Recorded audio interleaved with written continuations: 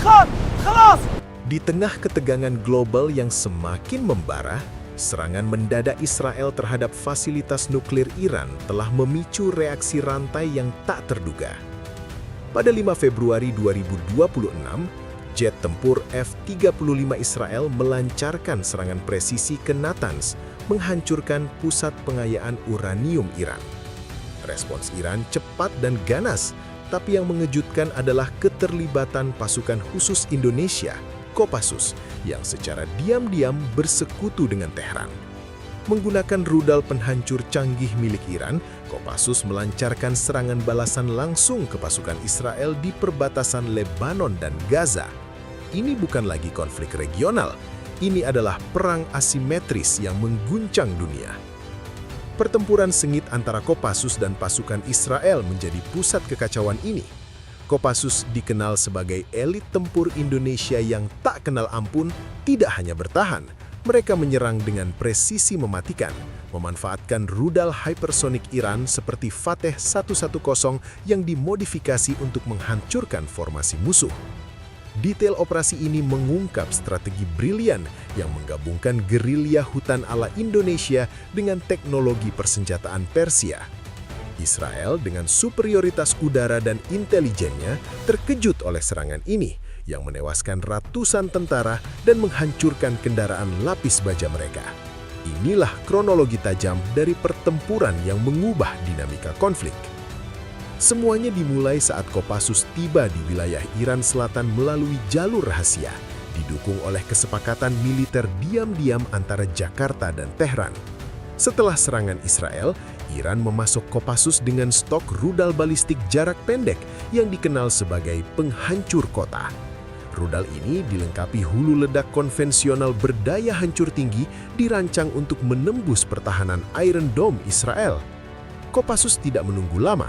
Pada malam 7 Februari, unit elit mereka terdiri dari 200 prajurit terlatih berbasis di pegunungan Zagros, Iran, mempersiapkan serangan pertama. Komandan Kopassus, Letnan Kolonel Ahmad Bayangan Santoso, memimpin operasi. Santoso, veteran perang gerilya di Papua dan Aceh, tahu bahwa kunci kemenangan adalah kecepatan dan kejutan. Tidak ada ampun untuk penjajah, katanya dalam briefing singkat, nada suaranya seperti pisau yang mengiris udara. Timnya dibagi menjadi 3 kelompok, Alpha untuk pengintaian, Bravo untuk peluncuran rudal, dan Charlie untuk penyusupan darat. Mereka menggunakan trik berat Iran yang dimodifikasi untuk membawa peluncur rudal mobile, menyamar sebagai konvoi pengungsi. Serangan pertama ditargetkan ke pangkalan militer Israel di Golan Heights, di mana pasukan IDF atau Israel Defense Forces sedang mengumpulkan kekuatan untuk invasi darat ke Lebanon Selatan. Pada pukul 2 dini hari, tim Alpha Kopassus menyusup melintasi perbatasan Suriah Lebanon menggunakan drone mini untuk memetakan posisi musuh. Mereka mendeteksi konvoi tank Merkava Israel yang sedang bergerak, dilindungi oleh sistem anti-rudal Trophy.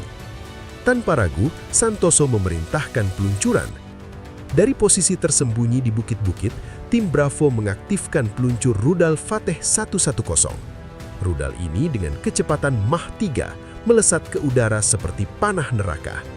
Lock on target, teriak operator rudal, jarinya menekan tombol tanpa getar. Rudal pertama menghantam konvoi tank, meledakkan 3 Merkava sekaligus. Pecahan logam beterbangan, api menyala-nyala menerangi malam. Pasukan Israel panik, radio mereka berdering dengan perintah mundur. Tapi Kopassus tidak berhenti di situ. Rudal kedua menyusul, menghancurkan pos komando sementara, menewaskan 15 perwira tinggi IDF. Detail teknis serangan ini menunjukkan kebrutalan Kopassus. Rudal Iran yang digunakan memiliki panduan GPS presisi dikombinasikan dengan data intelijen dari satelit Iran. Kopassus memodifikasinya dengan tambahan jammer elektronik ala Indonesia yang mengacaukan radar Israel selama 30 detik krusial. Hasilnya, Iron Dome gagal mencegah 70% rudal yang diluncurkan. Kami bukan tentara biasa, kami adalah hantu yang menghancurkan, ujar Santoso pasca serangan, matanya penuh determinasi. Pasukan Israel merespons dengan cepat. Jet F-16 mereka terbang rendah, membom posisi yang dicurigai, tapi Kopassus sudah bergerak. Tim Charlie menyusup ke garis depan Israel menggunakan senjata AK-47 modifikasi dan granat RPG untuk menyerang dari dekat. Di medan berbatu Lebanon Selatan, pertempuran jarak dekat pecah. Seorang sersan Kopassus, Sersan Mayor Budi Harimau Barahman, memimpin penyergapan. Dengan pisau tempur di tangan, dia dan timnya menyergap patroli Israel yang terdiri dari 10 tentara. Tendang mereka keluar. Perintah Rahman, suaranya bergema di kegelapan. Pertarungan itu brutal. Tentara Israel yang dilatih dengan Krav Maga melawan balik dengan tembakan senjata Tafor. Tapi Kopassus unggul dalam pertarungan tangan kosong. Rahman menusuk seorang prajurit Israel dengan pisau, sementara rekannya meledakkan granat ke arah yang lain. Dalam 10 menit, patroli itu musnah. Kopassus merebut senjata musuh, termasuk drone pengintaian, dan menggunakannya untuk mengarahkan rudal selanjutnya. Ini adalah taktik klasik mereka, adaptasi cepat tanpa belas kasihan. Pagi harinya, serangan Kopassus mengeskalasi ke Gaza. Israel telah memperkuat perbatasan dengan ribuan tentara, siap membalas serangan Iran. Tapi Kopassus bekerja sama dengan milisi Palestina yang didukung Iran melancarkan operasi Badai Api. Dari terowongan bawah tanah di Rafah, tim Bravo menyusup dan memasang peluncur rudal portable. Rudal Zulfikar Iran, varian penghancur yang lebih panjang jangkauannya, ditargetkan ke kamp militer Israel di Khan Yunis. Peluncuran dimulai pukul 6.00. Rudal pertama meluncur dengan raungan, menghantam barak tentara, menewaskan 50 personil. Asap hitam mengepul, sirine berdering di seluruh Gaza. Pasukan Israel mengerahkan tank dan artileri, tapi Kopassus sudah mundur ke posisi aman. Detailnya, setiap rudal dilengkapi hulu ledak termobalik yang menciptakan gelombang kejut mematikan di area tertutup. Ini bukan perang adil, ini adalah perang untuk bertahan, kata seorang operator rudal Kopassus, wajahnya hitam oleh jelajah. Israel tak tinggal diam. Mereka melancarkan serangan udara masif, menghancurkan dugaan basis Kopassus di Lebanon. Jet mereka menjatuhkan bom bunker buster, tapi Kopassus menggunakan taktik decoy, boneka dan kendaraan palsu untuk mengalihkan perhatian. Santoso dari markas sementara memerintahkan serangan balasan. Gunakan semua rudal, hancurkan mereka. Nada perintahnya tegas, tanpa ruang untuk keraguan. Serangan berikutnya fokus pada konvoi logistik Israel di Negev. Tim Alpha menggunakan sniper untuk mengawasi, sementara Bravo meluncurkan baras rudal. 5 rudal sekaligus diluncurkan, menghancurkan truk pasokan dan helikopter Apache yang sedang mendarat. Ledakan itu terdengar hingga Yerusalem, menimbulkan kepanikan di kalangan sipil Israel. Korban jiwa mencapai 200, termasuk pilot elit. Kopassus tidak berhenti. Mereka menyusup lebih dalam, menggunakan rudal portable untuk menghancurkan radar Falcon Israel. Dalam pertempuran darat di bukit-bukit Golan, Kopassus bertemu pasukan komando Israel, Sayeret Matkal. Ini adalah bentrokan elit versus elit. Sayeret dikenal sebagai pembunuh diam, mencoba menyergap posisi Kopassus, tapi Rahman dan timnya siap. Dengan senjata malam dan visi termal, mereka menembak jatuh penyusup pertama. Pertarungan melegak, tembakan senapan, granat, dan pisau.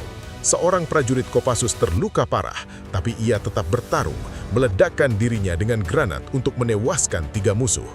Untuk Indonesia dan sekutu, jeritnya sebelum mati. Santosa memanfaatkan momen itu untuk peluncuran rudal besar-besaran. Dari truk mobil, 10 rudal Fateh diluncurkan ke pangkalan udara Israel di Ramat David. Rudal-rudal itu menembus pertahanan, menghancurkan hanggar dan pesawat tempur. Api membakar langit, asap menutupi matahari. Israel kehilangan superioritas udara sementara, memberi Kopassus kesempatan mundur dan regroup. Malam berikutnya, Operasi Puncak, serangan ke Tel Aviv Outskirts. Kopassus menggunakan rudal krus Kausar Iran yang terbang rendah untuk menghindari deteksi. Target, pusat komando IDF. Peluncuran dari Lebanon Utara, rudal melesat seperti hantu. Iron Dome mencegat sebagian, tapi 3 rudal lolos, menghantam gedung, menewaskan jenderal tinggi. Kekacauan melanda Israel. Netanyahu memerintahkan mobilisasi total. Kopassus terus menyerang tanpa henti. Di Gaza, mereka bergabung dengan Hamas menggunakan rudal untuk menghancurkan pos-pos Israel. Detail serangan, setiap rudal dipandu oleh operator Kopassus yang terlatih menggunakan laser designator untuk akurasi pinpoint. Hasilnya, tank Israel hancur berantakan, tentara lari berhamburan. Pertempuran ini bukan sekedar tembak-menembak, ini perang psikologis. Kopassus menyebarkan propaganda via radio, Israel akan jatuh seperti Babel. Israel balas dengan cyber attack, tapi firewall Iran melindungi.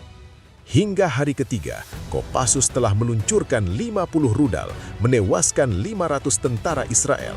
Mereka mundur ke Iran meninggalkan jejak penghancuran. Konflik ini mengguncangkan dunia dengan AS mendukung Israel dan China membela Iran. Kopassus membuktikan, dalam perang, keberanian dan teknologi bisa mengalahkan raksasa. Tapi perang belum berakhir. Israel bersumpah balas dendam, sementara Kopassus siap ronde berikutnya. Dunia menyaksikan dengan napas tertahan. Siapa yang akan jatuh selanjutnya?